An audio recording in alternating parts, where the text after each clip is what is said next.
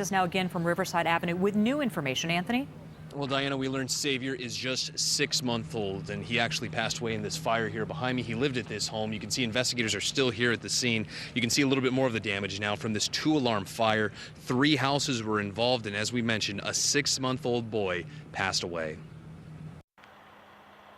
A 6-month-old baby boy named Xavier died during an early morning house fire in Buffalo's Riverside neighborhood. Around 2:45 this morning, firefighters were called to 367 Riverside Avenue. Dispatchers told the fire companies there were reports of people still trapped inside. Police officers were the first on scene.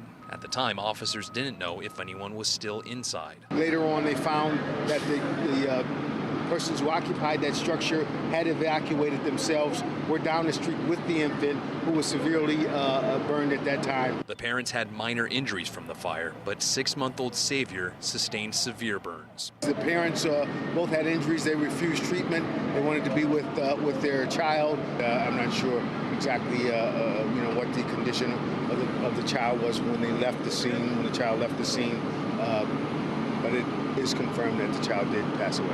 According to Commissioner Whitfield, crews were on scene within 3 minutes. Starting July 1st, Buffalo closes 6 companies for a shift as part of the labor deal with the city.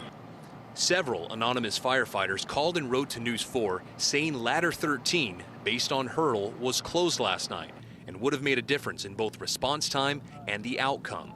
I asked Commissioner Whitfield if it would have made a difference.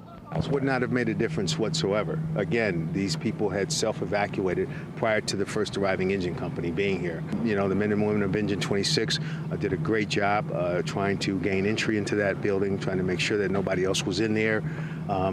They did their jobs last night. But the Buffalo Firefighters Union president says that is not the whole story. But Lou Ragoose actually just interviewed him. He will have much more coming up tonight on News 4 at 5 o'clock. In the meantime, this fire is still under investigation. Reporting live in Buffalo's Riverside neighborhood, Anthony CONGI, News 4 at noon.